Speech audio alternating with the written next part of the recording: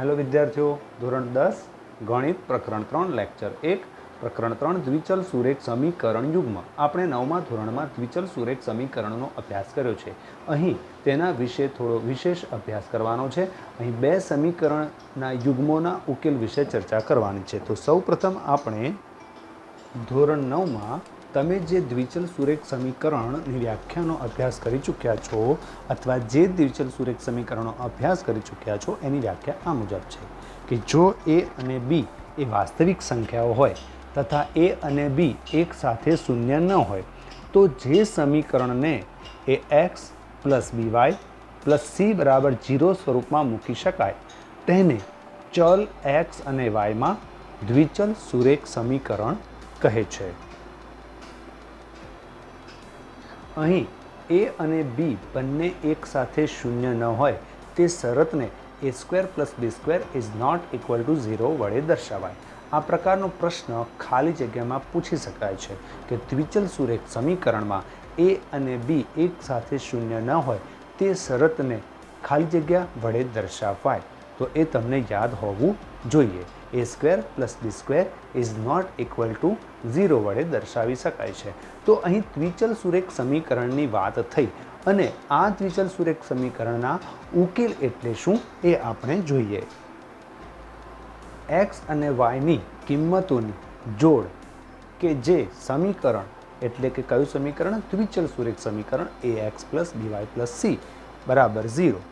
x અને y ની કિંમતોની એવી જોડ કે જે સમીકરણ ax + by + c બરાબર 0 ને બંને બાજુ એટલે કે સમીકરણની ડાબા અને જબાના મૂલ્યો એને બંને બાજુ કહીશું એ સાચા બનાવે તેને દ્વિચલ સુરેખ સમીકરણનો ઉકેલ કહેવાય અને આ ઉકેલને x અને y ની જોડ વડે દર્શાવાય।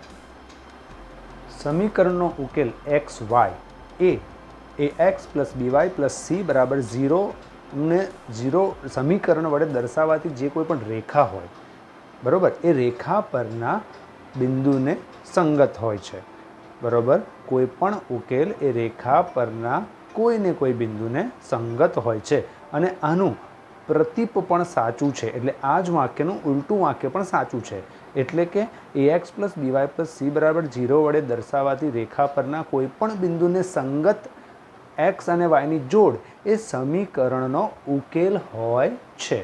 ઓકે, હવે આ જે આપણે સૈદ્ધાંતિક બાબત અહીં લખી છે હવે એને આપણે ગાણિતિક સ્વરૂપે સમજીએ અને અહીં સમજાવેલી કોઈ પણ નાનામાં નાની વાક્ય સ્વરૂપની બાબત પણ અગત્યની છે કારણ કે પરીક્ષામાં ટૂંકા પ્રશ્નમાં ખાલી જગ્યા ખરા ખોટામાં એવું પૂછાઈ શકાય છે। તો અહીં મેં દ્વિચલ સુરેખ સમીકરણને સમજાવવા માટે એક વિધાન લખ્યું છે। 2 પેન અને 3 પેન્સિલની કુલ કિંમત 26 રૂપિયા છે। અહીં દેખાઈ રહેલી સંખ્યાઓ 2 પેન એટલે પેનની સંખ્યા અને 3 પેન્સિલ એટલે પેન્સિલની સંખ્યા તો 2 અને 3 એ અચળ સંખ્યાઓ કહેવાય અને પેન અને પેન્સિલની કિંમત જે આપણને ખબર નથી તે અજ્ઞાત પદ એમને આપણે ચલ કહીશું। પેનની કિંમતને એક ચલ x વડે દર્શાવાય, પેન્સિલની કિંમતને બીજા ચલ y વડે દર્શાવાય। તો આપેલ ગાણિતિક વિધાનને આપણે સમીકરણ સ્વરૂપમાં આ રીતે દર્શાવીશું। 2x + 3y બરાબર 26। એક પેનની કિંમત x તો 2 પેનની કિંમત 2 × x કહેવાય, એક પેન્સિલની કિંમત y તો 3 પેન્સિલની કિંમત 3 × y 3y કહેવાય અને બંનેનો સરવાળો 2x + 3y બરાબર થાય 26। તો અહીં આપણને એક દ્વિચલ સુરેખ સમીકરણ મળ્યું। આ સમીકરણને દ્વિચલ સુરેખ સમીકરણ કહેવાય જ્યાં 26 ને જો આપણે ડાબી બાજુ લખીએ છીએ તો 2x + 3y - 26 બરાબર 0 આ પ્રકારે સમીકરણ લખાશે અને એ કહેવાશે પ્રમાણિત સ્વરૂપ કહેવાશે। આ સમીકરણનું પ્રમાણિત સ્વરૂપ કહેવાય। હવે આ જ પદને આપણે દ્વિચલ સુરેખ સમીકરણના સ્વરૂપ ax + by + c સાથે કમ્પેર કરીએ તો c ની કિંમત -26 થાય છે। હવે આ સમીકરણના ઉકેલ વિશે વાત કરીએ। અહીં મેં તમને શું સમજાવ્યું કે દ્વિચલ સુરેખ સમીકરણ કેવી રીતે બને છે બરોબર। આવા અહીં જે વાક્ય લખ્યું છે 2 પેન 3 પેન્સિલની કુલ કિંમત 26 રૂપિયા, તો આવા ગાણિતિક વિધાનની રજૂઆત માટે આપણે ગાણિતિક સ્વરૂપમાં કોઈ પણ આવા વાક્યને રજૂ કરવા દ્વિચલ સુરેખ સમીકરણનો ઉપયોગ કરીએ છીએ. હવે એના ઉકેલની વાત કરીએ તો અહીં જે પેનની કિંમત અને પેન્સિલની કિંમત લખી છે એક્સ અને વાય, એના સાચા મૂલ્યો કે જેનાથી આ સમીકરણની ડાબા અને જબાના મૂલ્યો સમાન થાય તો તેને આપણે શું કહીશું? સમીકરણનો ઉકેલ કહીશું. જો હું x બરાબર 5 અને y બરાબર 3 લઈ સમીકરણની ડાબામાં મૂકું તો કંઈક આ રીતે મારે પદ લખવાનું થાય. ડાબા બરાબર 2x + 3y - 26. xની કિંમત 5 અને yની કિંમત 3 મેં મૂકી છે. આ મેં ધારી છે. તમે આ પ્રમાણે કોઈ પણ બીજી કિંમતો ધારીને મૂકી શકો છો. x બરાબર પેનની કોઈ અંદાજિત કિંમત મૂકો, y બરાબર પેન્સિલની કોઈ અંદાજિત કિંમત મૂકો અને આ કિંમતો મૂકી સમીકરણની ડાબી બાજુના પદને મેં લખ્યું છે. બરાબર. હવે એનું મૂલ્યાંકન લખીએ તો અહીં કુલ મૂલ્ય મળે છે -7. ડાબી બાજુના પદનું કુલ મૂલ્ય મળ્યું -7. સમીકરણની ડાબાનું મૂલ્ય મળ્યું -7. જ્યારે જબાનું મૂલ્ય છે 0, એટલે ડાબાનું મૂલ્ય -7 એ જબાના મૂલ્ય 0 જેટલું નથી. સમીકરણની જબાનું મૂલ્ય 0 છે અને ડાબાનું મૂલ્ય -7 મળ્યું. તો -7 ડાબાનું મૂલ્ય, જબાનું મૂલ્ય 0, આ બંને સમાન નથી અને માટે કહીશું ડાબા અને જબા સમાન નથી. એટલે x બરાબર 5 અને y બરાબર 3 જે છે તો એ સમીકરણનો ઉકેલ નથી. હવે હું x અને yના બીજા મૂલ્યો એક ધારું છું. તો x બરાબર 10 એટલે કે પેનની કિંમત હું 10 રૂપિયા ધારી લઉં છું અને પેન્સિલની કિંમત y બરાબર હું 3 રૂપિયા ધારી લઉં છું. સોરી, y બરાબર હું 2 ધારું છું. x બરાબર 10, y બરાબર 2, પેન્સિલની કિંમત 2 રૂપિયા ધારું છું અને એને આ બંને મૂલ્યોને હવે હું ડાબામાં મૂકું 2x + 3y બરાબર 2x + 3y - 26માં આ કિંમતો xની જગ્યાએ 10, yની જગ્યાએ 2 મૂક્યા છે. તો 2 × 10 20, 3 દુ 6, 20 અને 6 26 અને પાછળ -26 હતા. 26 - 26 0 થયા. એટલે જબાનું પરિણામ બરાબર 0 જે હતું એ અહીં મળી ગયું. એટલે આ જે મૂલ્યની જોડ છે 10 અને 2ની જે જોડ છે એ સમીકરણની ડાબા અને જબા બંનેને સમાન બનાવે છે અને માટે 10 અને 2ની જોડ એ સમીકરણનો ઉકેલ છે. તો આ રીતે મેં તમને અહીં દ્વિચલ સુરેખ સમીકરણ શું છે અને x અને yની એવી જોડ કે જે સમીકરણની ડાબા અને જબાને સમાન બનાવે તેને ઉકેલ કહેવાય. તો એ ઉકેલ શું છે એ મેં તમને અહીં સમજાવ્યું. હવે આપણે જોઈશું દ્વિચલ સુરેખ સમીકરણ યુગ્મ, એટલે માત્ર એક જ સમીકરણ નહીં, 2 સમીકરણની જોડ.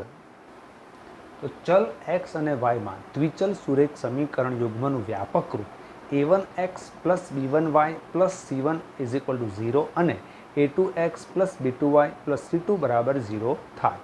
જ્યાં a1 b1 c1, a2 b2 c2 આ બધી જ વાસ્તવિક સંખ્યાઓ છે અને પહેલા સમીકરણમાં a1 અને b1 એક સાથે 0 શક્ય નથી, જેને લખાય a1² + b1² = 0. અને બીજા સમીકરણમાં a2x b2y + c2માં a2 અને b2 x અને yના જે સહગુણક છે એ પણ એક સાથે 0 શક્ય નથી, જેને લખાય a2² + b2² = 0. તો આ મેં અહીં 2 સમીકરણ લખ્યા છે, 2 દ્વિચલ સુરેખ સમીકરણ લખ્યા છે અને બંનેમાં ચલ x અને y એ સમાન છે. પહેલા અને બીજા સમીકરણમાં x સમાન છે, તે જ રીતે y પણ સમાન છે, પણ એમના સહગુણકો જુદા જુદા છે. માટે આને સુરેખ સમીકરણ, દ્વિચલ સુરેખ સમીકરણ યુગ્મ કહીશું. હવે જેમ મેં હમણાં તમને સુરેખ સમીકરણ, દ્વિચલ સુરેખ સમીકરણની રચના એ ક્યારે એનો ઉપયોગ થાય, બરાબર, એવું જ અહીં હું હવે દ્વિચલ સુરેખ સમીકરણ યુગ્મનો ઉપયોગ ક્યારે થાય અને એની રજૂઆત કરવાની જુદી જુદી રીતો વિશે આપણે વાત કરીએ. જેના માટે આપણે જોઈએ ઉદાહરણ 1. તો ઉદાહરણ 1ની સૌ પ્રથમ રકમ પ્રવૃત્તિ 3 પ્રાસ્તવિકતા 3.1માં આપણને આપેલી છે. અખિલા તેના ગામમાં મેળામાં ગઈ હતી. તેણે ચકડોળમાં બેસવાનો આનંદ માણવો હતો અને હુપલા એટલે કે જેમાં તમે સ્ટોલમાં રાખેલી વસ્તુ ઉપર રિંગ ફેંકો અને જો રિંગ કોઈ પણ વસ્તુને સંપૂર્ણ આવરી લે તો તે વસ્તુ તમને મળે એવી એક રમત. એવી રમત રમવા માંગતી હતી. તે જેટલી વખત હુપલા રમી તે સંખ્યા એ ચકડોળ પરની સવારીની સંખ્યાથી અડધી છે અને જો પ્રત્યેક વખત ચકડોળમાં બેસવાનો ખર્ચ ₹3 અને હુપલાની પ્રત્યેક રમત રમવાનો ખર્ચ ₹4 થતો હોય તો તમે ચકડોળમાં બેસવાની સંખ્યા કેવી રીતે શોધી શકશો અને તે કેટલી વાર હુપલાની રમત રમી હશે તે કેવી રીતે નક્કી કરશો? તો આ આપણે નક્કી કરવાનું છે અને તેણે આ માટે કુલ ₹20 ખર્ચ્યા હતા. તો આ રકમ છે. હવે આપણે આ રકમને સૌ પ્રથમ તો સમીકરણ સ્વરૂપમાં પ્રસ્તુત કરીશું. તો સૌ પ્રથમ આપણે અખિલાની ચકડોળમાં બેસવાની સંખ્યાને x ધારી લઈએ અને હુપલા રમવાની જે સંખ્યા છે એને y ધારી લઈએ. હવે આપણને કહ્યું છે કે હુપલા રમવાની સંખ્યા એ ચકડોળમાં બેસવાની સંખ્યાથી અડધી છે અને માટે આ વાક્યને આપણે જો ગાણિતિક સ્વરૂપે લખીએ તો 1/2x = y લખાશે, જ્યાં હુપલા રમવાની સંખ્યા એટલે y એ ચકડોળમાં બેસવાની સંખ્યા x થી અડધી છે. એટલે સમીકરણ આ પ્રમાણે બનશે 1/2x = y, જેનું સાદુરૂપ આપવાથી બગડો જમણી બાજુ y સાથે ગુણાવાથી 2y મળે એટલે x = 2y મળે અને પ્રમાણિત સ્વરૂપમાં લખવા માટે 2y ને આપણે ડાબી બાજુ લાવીએ એટલે x - 2y = 0. આ આપણને એક સમીકરણ મળ્યું. હજી એમાં એક બીજી માહિતી આપી હતી. એક વખત ચકડોળમાં બેસવાનો ખર્ચ ₹3 છે અને એક વખત હુપલા રમવાનો ખર્ચ 4 છે અને કુલ ખર્ચ ₹20 થયો છે. એટલે કે ચકડોળમાં x વખત બેસવામાં આવ્યું છે તો એક વખતના ₹3 તો x વખત બેસવાના 3x રૂપિયા ખર્ચાશે. એક વખત હુપલા રમવાનો ખર્ચ ₹4 છે તો y વખત ચકડોળમાં બેસવાનો ખર્ચ થશે 4y અને બંનેનો કુલ ખર્ચ થઈને ₹20 મળે છે, જે છે સમીકરણ 2. તો આ એક જ પ્રશ્નમાં આપણે 2 સમીકરણ મેળવ્યા જેને આપણે કહીશું સમીકરણ યુગ્મ, સુરેખ સમીકરણ યુગ્મ. આ જે સમીકરણ મેળવ્યા છે આને કહેવાય સમીકરણ યુગ્મની બૈજિક રજૂઆત. હવે હું આ સમીકરણ યુગ્મની ભૌમિતિક રજૂઆત કરીશ. બરોબર, આ કઈ રજૂઆત હતી? બૈજિક રજૂઆત. એટલે તમને પરીક્ષામાં પ્રશ્ન પૂછાઈ શકે છે. આ પ્રમાણે કોઈ પરિસ્થિતિ આપવામાં આવી હોય, ગાણિતિક પરિસ્થિતિ આપી હોય અને એને બૈજિક સમીકરણ સ્વરૂપમાં પ્રસ્તુત કરવાનું કહેવામાં આવે તો તમારે આ પ્રમાણે સમીકરણ બનાવવાના હોય. હવે આપણે આ સમીકરણની આલેખાત્મક રજૂઆત જોઈશું. હવે આલેખાત્મક રજૂઆત માટે આપણે સમીકરણ 1ના ઉકેલની કેટલીક જોડ મેળવીશું. આપણે 9મા ધોરણમાં ઉકેલની જોડ મેળવવાનું શીખી ગયા છીએ. તો એ જ રીતે આપણે અહીંયા સમીકરણ 1ના ઉકેલની કેટલીક જોડ મેળવીશું. હવે એ કેવી રીતે મેળવીશું? ઉકેલની જોડ મેળવવા માટે xને આપણે જમણી બાજુ લઈ જઈશું. એટલે અહીં કોઈ એક ચલને સૂત્રકર્તા બનાવવાનો છે. તમે xને પણ બનાવી શકો છો અને yને પણ બનાવી શકો છો. હું અહીં સમીકરણમાં yને સૂત્રકર્તા બનાવવાનો છું, જેના માટે મેં સમીકરણમાં x જે હતા એને જમણી બાજુ લઈ લીધા છે. હવે yને સૂત્રકર્તા બનાવવા સૌપ્રથમ બંને બાજુ રહેલા માઇનસ ચિહ્નો દૂર થશે. પછી 2yની સાથેનો જે બગડો ગુણાકારમાં છે એ જમણી બાજુ ભાગાકારમાં જશે એટલે 1/2x લખાશે. આમ y = 1/2x મળ્યા. હવે હું xની કેટલીક કિંમતો માટે yના મૂલ્યો મેળવીશ. તો x = 0 માટે y = xની જગ્યાએ 0 મૂકીએ એટલે 1/2 × 0 એટલે 0 જ મળશે. x = 2 માટે y = 1/3 ગુણ્યા xની જગ્યાએ 2 મૂકીએ, 2નો છેદ ઉડી જશે એટલે 1 મળશે. આમ આપણને ઉકેલની જે જોડ મળી એને આપણે કોષ્ટક સ્વરૂપમાં આ રીતે લખીશું કે x = 0 અને 2 માટે yની કિંમતો અનુક્રમે 0 અને 1 મળે છે. હવે આ જ રીતે આપણે બીજા સમીકરણ માટે પણ ઉકેલની જોડ મેળવીશું.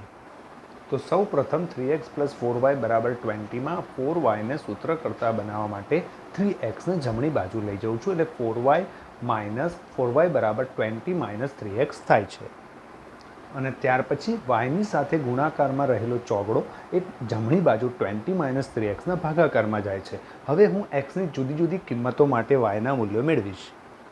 તો x બરાબર 0 માટે વાયનું મૂલ્ય 20 - 3 × 0 ભાગ્યા 4. 3 × 0નું મૂલ્ય 0 થાય એટલે 20 - 0/4 અને 20/4ની વેલ્યુ આપણને મળશે 5. x બરાબર 4 માટે y બરાબર 20 - 3 × 4 ભાગ્યા 4. 3 ચોક 12, 20માંથી 12 માઇનસ થાય ભાગ્યા 4 એટલે 8/4 જેનું મૂલ્ય મળશે 2. આમ આપણને ઉકેલની જોડમાં x બરાબર 0 અને 4 માટે yના મૂલ્યો આપણને 5 અને 2 મળ્યા છે.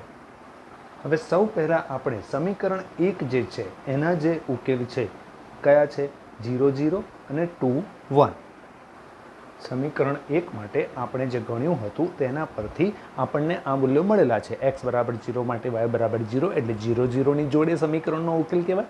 x બરાબર 2 માટે y બરાબર 1 એટલે x બરાબર 2 માટે y બરાબર 1 એટલે 2 1 એ સમીકરણના ઉકેલની જોડ કહેવાય. તો આપણને અહીં આ બે જોડ મળી છે જેને આપણે આલેખપત્રમાં દર્શાવીએ. જેમાંથી 0 0ની જોડ અહીં બે અક્ષના x અક્ષ અને y અક્ષના છેદ બિંદુ પાસે આપણને મળશે. બીજી જોડ છે 2 1 એટલે કે x બરાબર 2 અને y બરાબર 2 ને અનુરૂપ જોડ. તો જે કંઈક આ પ્રમાણે થશે x બરાબર 2 અને y બરાબર 1ની જોડ. ઓકે, હવે આ મેં પહેલા સમીકરણ માટે મળતા મૂલ્યોની જોડ દર્શાવી છે અને એ બિંદુને જોડતી હું રેખા બનાવીશ અને એ રેખા પર એ રેખાનું સમીકરણ દર્શાવીશ. હવે આપણે બીજા સમીકરણની જોડની વાત કરીએ તો x બરાબર 0 માટે 5 અને x બરાબર 4 માટે 2 મળે છે તથા એને અનુરૂપ બિંદુઓ પણ જો આલેખમાં મેળવીએ તો 0 5 અને 4 2 xની સામે x બરાબર 4 સામે 2 અને x બરાબર 0 સામે 5 પર મળતા બિંદુઓ મેં દર્શાવ્યા છે. હવે એમને જોડતી આપણે રેખા મેળવીશું અને જે રેખાનું ભૌમિતિક બીજા સમીકરણની રેખાનું અથવા તો બીજા સમીકરણનું ભૌમિતિક નિરૂપણ કહેવાશે 3x + 4y - 20 બરાબર 0.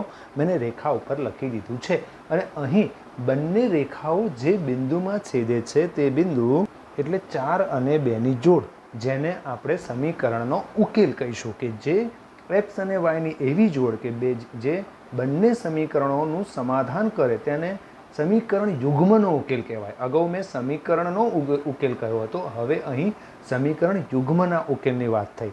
ઓકે, પણ અહીં આપણે ઉકેલ નથી શોધવાનો, અહીં માત્ર આપણે ભૌમિતિક રજૂઆત કરવાની હતી.